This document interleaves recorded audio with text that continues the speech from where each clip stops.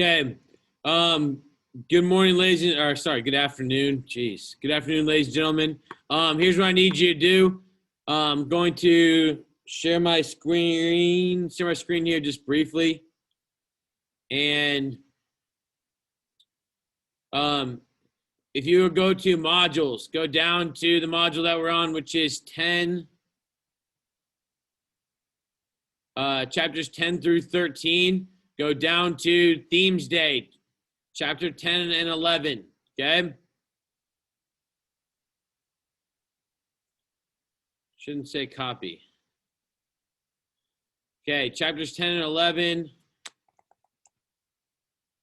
Those are the chapters that we read for this week. And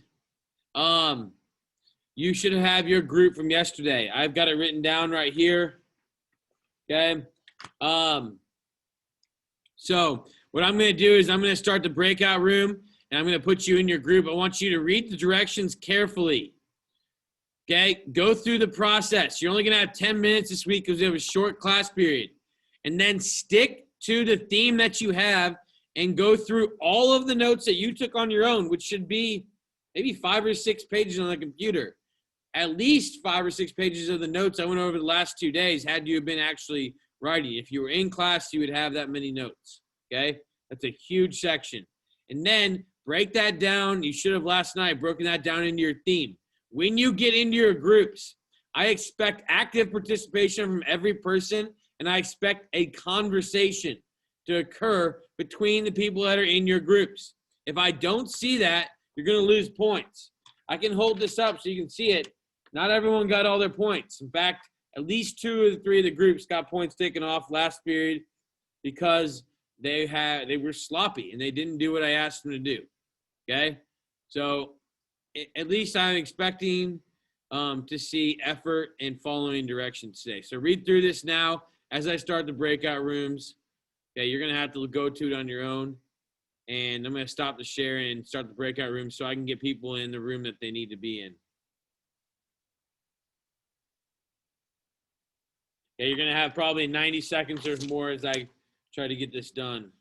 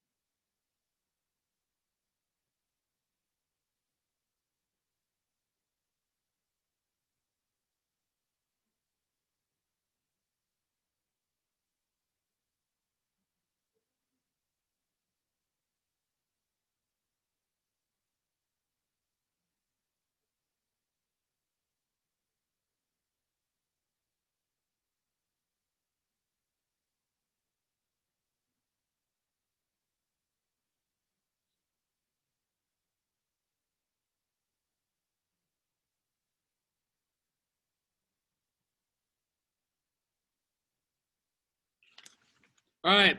I'm going to open up all the rooms, and you should be getting an invitation, and then a couple of you may not be, and I'm going to have to assign you the correct room.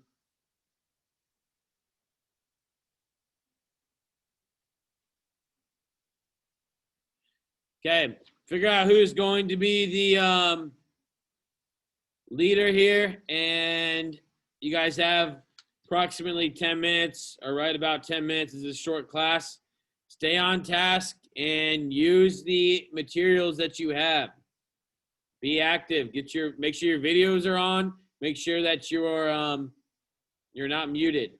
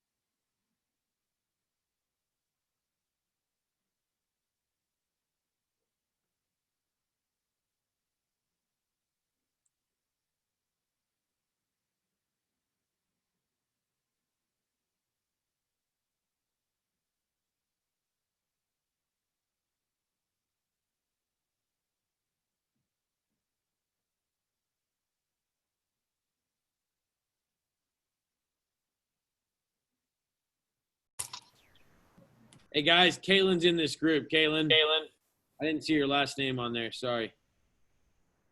That's cool. Okay. You guys have the theme of governance. Okay. Yep. This would be about how when Rome fell, they went into a feudal state. Talk about the governance of the Byzantine Empire, how it was similar to the Roman Empire. You can talk about Kievan Rus and feudalism there. There's, talk about the power of the Christian church and canon law. That's where you're going to be going. Okay. I'm going to get out of here as you guys probably know what you're doing. Okay, I think you do.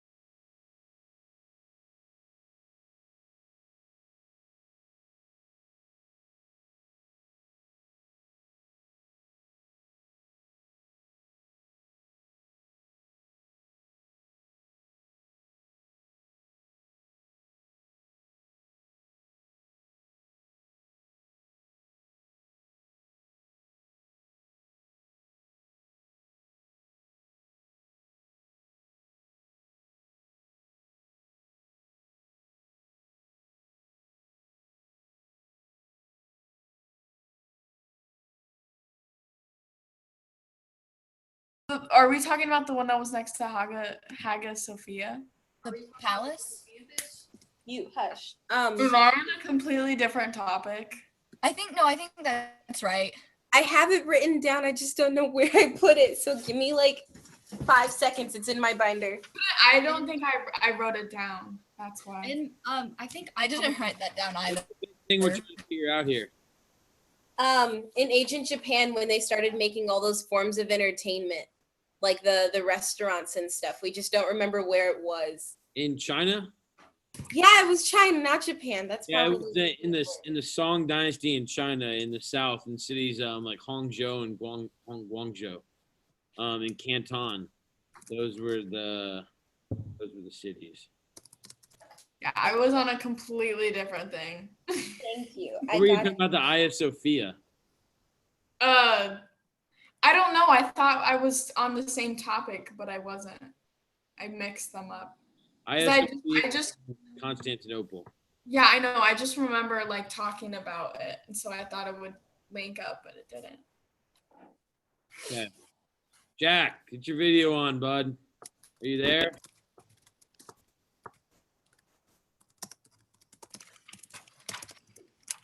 Where's the Jack? Are you there? Has Jack said anything, folks? Nope. No, his screen is frozen. He said that in the chat. It's unfortunate.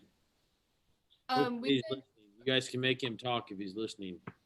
If his screen ever becomes unfrozen. Yeah, you guys doing a good job. Keep it up. Thank you.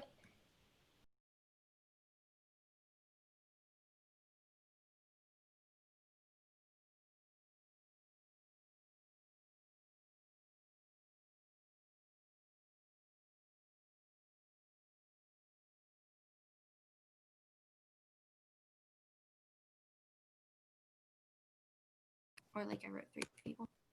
Yeah. Okay. Should I just post it now or like? should How are we I- doing? Are you guys almost done? This is the one that always has the least amount of information. So, Yeah, we're finished. Yeah. We Okay. typed it all out and then. all right, we're gonna be done here in a moment. So, good.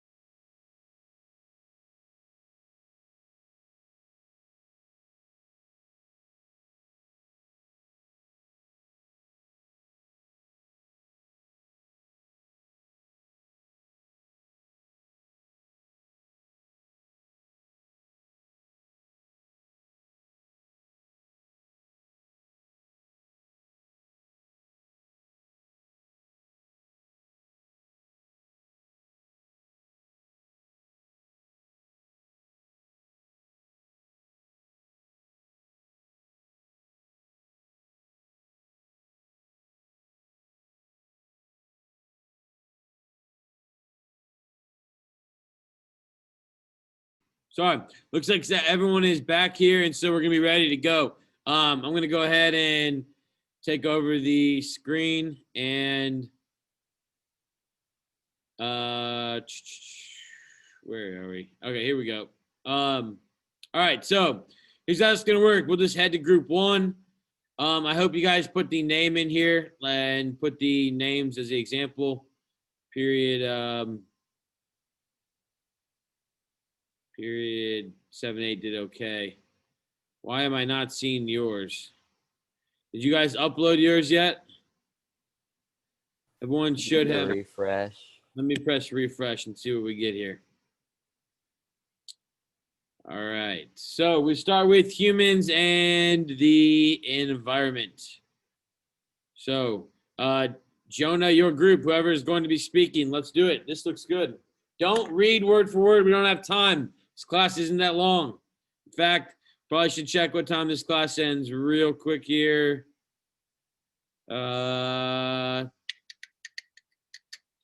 class ends in 45. So we've got approximately a minute and a half to 2 minutes per group to explain. So explain the important stuff to us, the themes. Everyone else can look at this on their own and use it for their discussion tomorrow too. So whoever's from group 1, let's go. All right. So we said that the serfs were bound to land. Constantinople was responsible for the Balkan Peninsula, and we also said the Byzantine was part of the old Eastern Roman Empire, and the Slavic people moved into the sweeping plains of Russia. And then for our similarity, we said it was easy for the Byzantine Empire to trade because they had access to the Mediterranean. And similarly, China traded as well on the Silk Trade route, and they found a system to easily trade. Good. Both connect on the Silk Trade route. That's an example of a very good direct comparison right there. A similarity was easy for China to trade, and it was easy for them to trade because they were connected to the Silk Trade route and they controlled trade in the South China Sea. So why it was easy for the Byzantine Empire to trade was they controlled a city that was on 3 continents. Okay. All right. That works. Good job. Let's go to group number 2 then, and it's in order. That was helpful. Okay. So the development and interaction of cultures. Who's going to be speaking?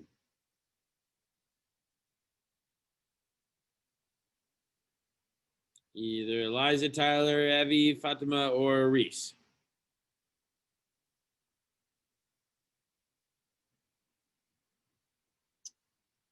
I can.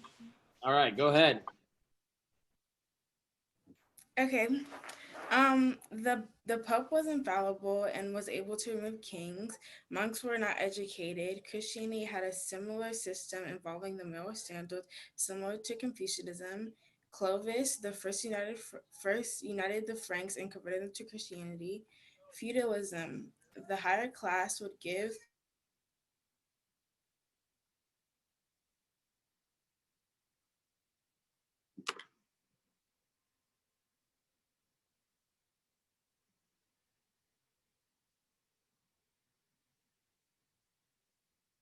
Okay, Fatima, your computer, your audio wasn't great there at the end, but you guys compared this to Confucianism in China and Christianity in Western Europe. That's a very good comparison for this time period. The dominance of Christianity up to 1450 and the dominance of Confucianism and Neo-Confucianism. So that's pretty good. Those of you who are taking notes, you want to pass essays and destroy the AP exam. That would be a solid thing to write down and have in your binder. Good. Good job. All right, let's go to group 3. Governance. I don't see what this is. Who had group 3? We did. You might have to refresh. Gotta go down and refresh. Refresh.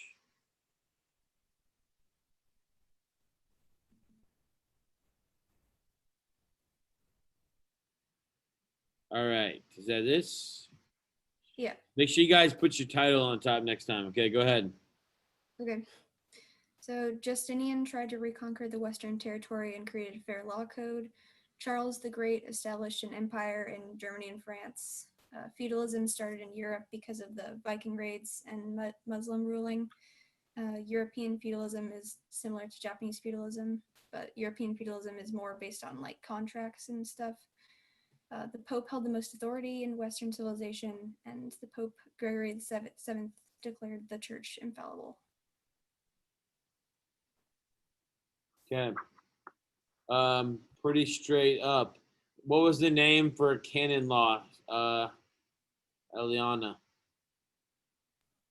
Or sorry, I just gave you the name. What was canon law? You remember? I don't remember.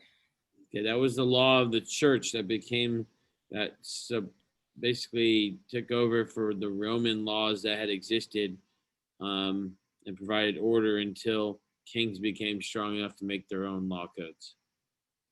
The other thing I might add for this group is the Magna Carta was pretty important.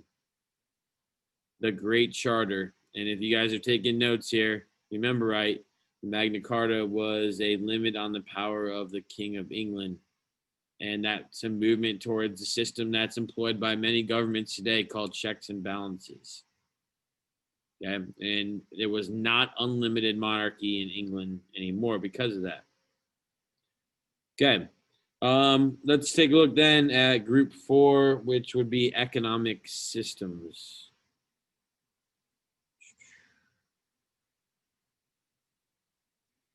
I think that's this. Okay. Yeah, it's ours. Okay. Peasants contributed to the land peasants contributed to the lord's money through taxes they paid. Constantinople got rich through trade. Monasteries would specialize. Owen, you're sprinting. But Oh, sorry.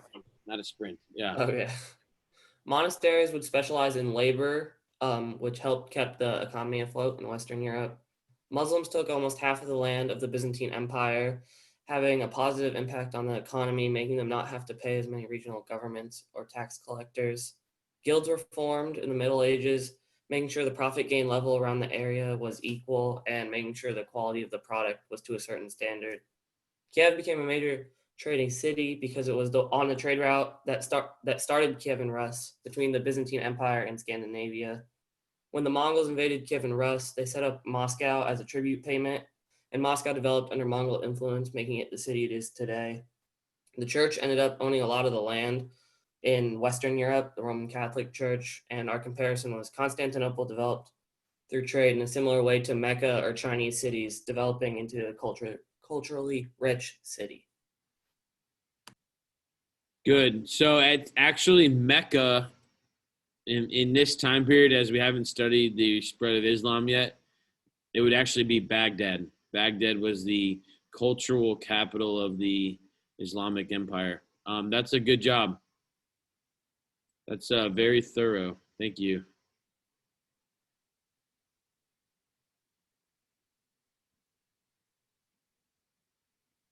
Okay, let's go to 5 then.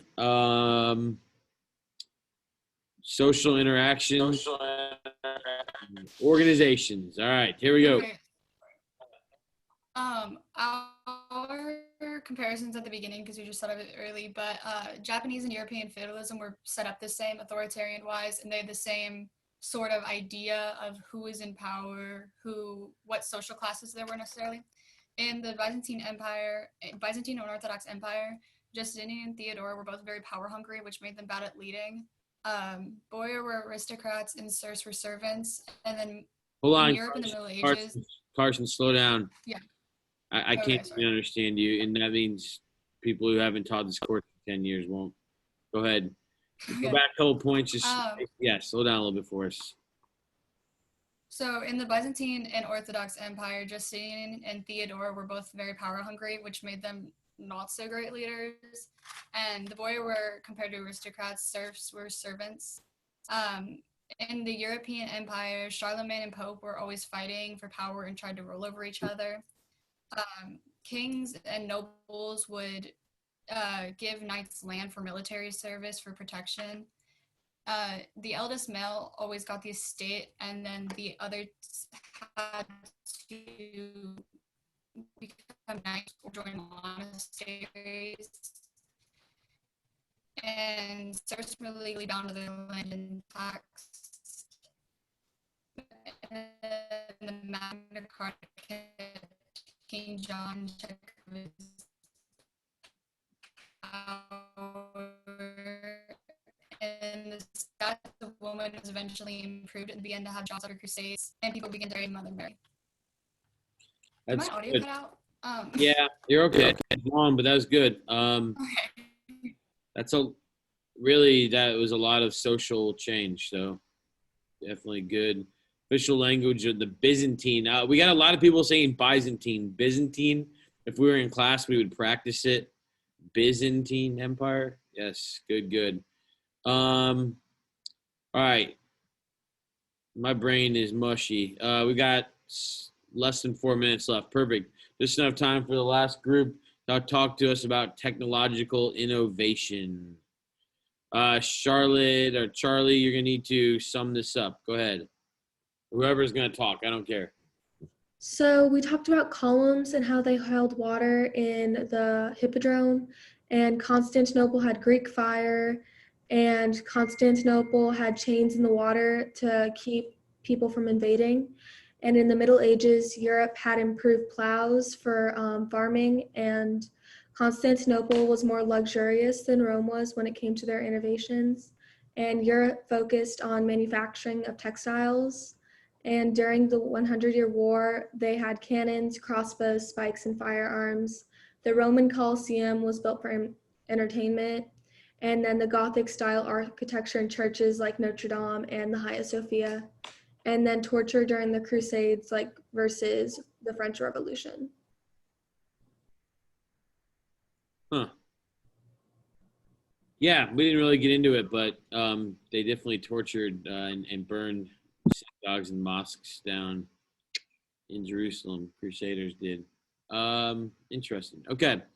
All right. So I had a question about group 2. I'm going to go back to that question. The question was, what was important to actually write down? And I'm going to go back to that group very quickly. Cultural. No, I'm all the way up in the wrong period. Okay. The thing that again was this comparison, and comparisons are so critical in this class. But the whole idea that Christianity became the basis for Western Europe and the law code replaced the government. Similarly, Confucianism, after the influence of Buddhism in the late Tang and Song dynasties, Neo-Confucianism had a similar influence. Okay, awesome. All right, here's what I've got for you guys before class is over and the bell rings, okay? This is period 9. You're going to see your names on here. If your name is red, so red down, you are in the inner circle, okay? You are in the inner circle tomorrow, meaning you don't have to write the questions. Reese on up, you are in the outer circle, meaning you have 5 critical thinking analysis questions. If the question can be answered in less than 10 words, it's probably not a good question, okay? The textbook reading for next week is chapter 12, I want to say, 267 to 284. If you want to get started on that, I would advise it. Those of you who are asking me what the pages are on Sunday night, that is depressing as a teacher, because that shows me, especially this week, you cannot put all that off to one night or one day. That is foolish. The other thing I want to say is this class was way better today in this activity than the last class, which makes me happy, brings me joy, happy, okay? But our discussion last week was significantly worse than their discussion. So let's bring it up tomorrow. Make sure you guys are up to speed on your information. Go back and look at my PowerPoints because I had to fly through them this week. This information is important moving forward in this class. All right. If anyone has questions, stay on here, ask. If not, you guys enjoy the fact that you're freshmen and that you don't have to do the personal project this year. So you get out of school on these days. Owen, stay here for a minute, please. All right. Anyone have any questions about class? If not, get out of here.